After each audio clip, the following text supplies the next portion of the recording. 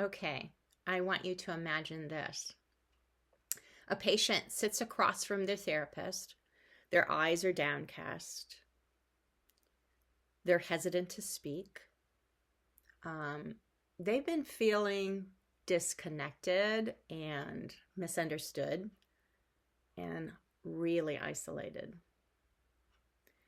Now, what they don't say with their words, they do often say with their body language and other subtle little hints. And it's this, that their struggles are deeply tied to their cultural identity. Perhaps it's the pressure of being a first generation immigrant and they're trying to juggle two different worlds. Or maybe it's the silent pain of trying to navigate their own mental health in a community where therapy is seen as a weakness. Now picture this other scene that just popped into my head. A therapist working with a client who shares that their anxiety spikes during family gatherings. Now, the therapist suggests common coping strategies like mindfulness and setting boundaries. But what they don't know is that in the client's culture, refusing family obligations is unthinkable. It's a sign of disrespect that could even sever ties. The advice of the therapist, while well-meaning, totally misses the mark, misses it entirely. These are the kinds of challenges we'll explore in this chapter, and together we're going to dive into some real-world scenarios, like how does a clinician navigate working with a client whose cultural beliefs frame mental illness as a spiritual crisis rather than, a medical condition?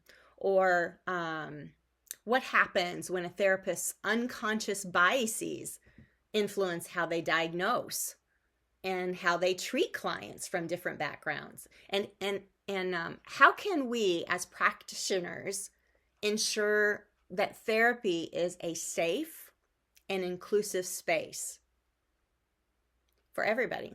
People of color, LGBTQ plus individuals, or any others whose experiences are shaped by systemic inequalities.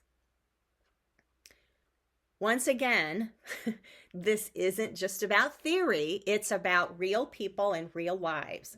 And by examining these examples, we're going to uncover how cultural competence for therapists will transform clinical practice from simply addressing symptoms to truly understanding and supporting the whole person.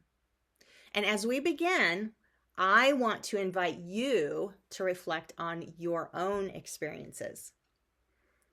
So, have you ever felt misunderstood because of who you are? Or perhaps have you struggled to connect with someone whose worldview seems vastly different than your own?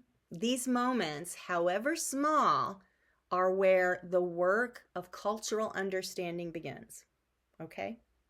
So let's explore how we can bridge these divides and create a psychology that embraces the richness of human diversity. Okay? Cheers.